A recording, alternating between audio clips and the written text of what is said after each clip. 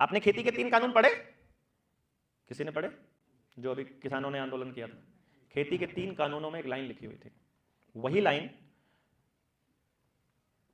Public health bill में लिखी हुई है, वही लाइन पेंडेमिक ट्रीटी में लिखी हुई है, वही लाइन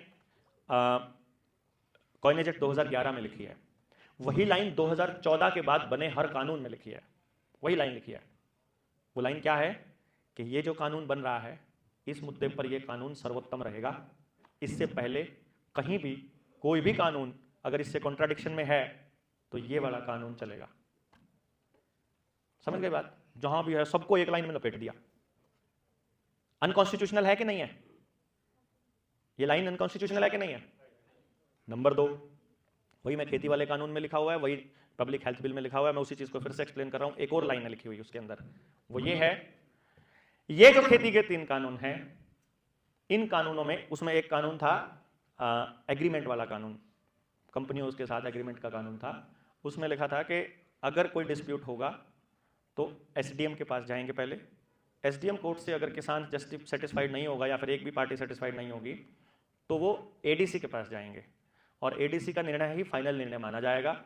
दोनों में से किसी भी पार्टी को कोर्ट में जाने का अधिकार नहीं है।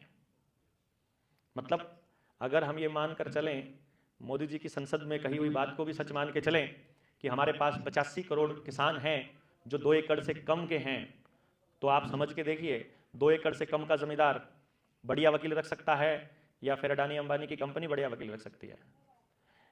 एसडीएम जो कि 1 करोड़ रुपया खर्च करके एसडीएम बना है, जिसको ऊपर हफ्ता भी देना है, या जो एडीसी को ऊपर मंत्री को भी हफ्ता देना है, बगार भी चलानी है, उसको उसका भरण पोषण 2 एकड़ से कम का किसान कर पाएगा या अंबानी अडानी की कंपनी कर पाएगी?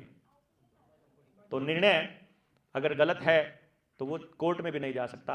यानी 85 करोड़ किसानों को, या ये कह लो कि इस देश की जितनी भी किसान आबादी थी, उस हर व्यक्ति को जस्टिस डिनाई कर दिया। ये न्यायपूर्ण है क्या? और उस टाइम पर अगर आपको ध्यान हो, हाँ एक और बात उसके अंदर लिखी हुई है इसी कानून में कि यदि, हाँ नेशनल हेल्थ बिल में भी लिखी है यही बात। नेशनल हेल्थ बिल क्या कहता है कि आने वाले वक्त में जब अगला वायरस आएगा, ये तैयारी कर रहे हैं, मैं पहले बता रहा हूं, जब अगला वायरस आएगा तो उसमें अगर WHO ने जो इंस्ट्रक्शंस दी हैं और उसके हिसाब से अगर टेस्ट किया और टेस्ट में ये पाया गया कि ये लोग इस हॉल में से गए हैं, इस हॉल में देवेंद्र बलारा इन्फेक्टेड था, जो लोग देवेंद्र के आसपास रहे हैं, इन सब के घरों की टेस्टिंग की जाएगी और अगर उनके घरों में वायरस मिला तो वो उसको वहीं के वहीं डिसइंफेक्ट कर सकते हैं।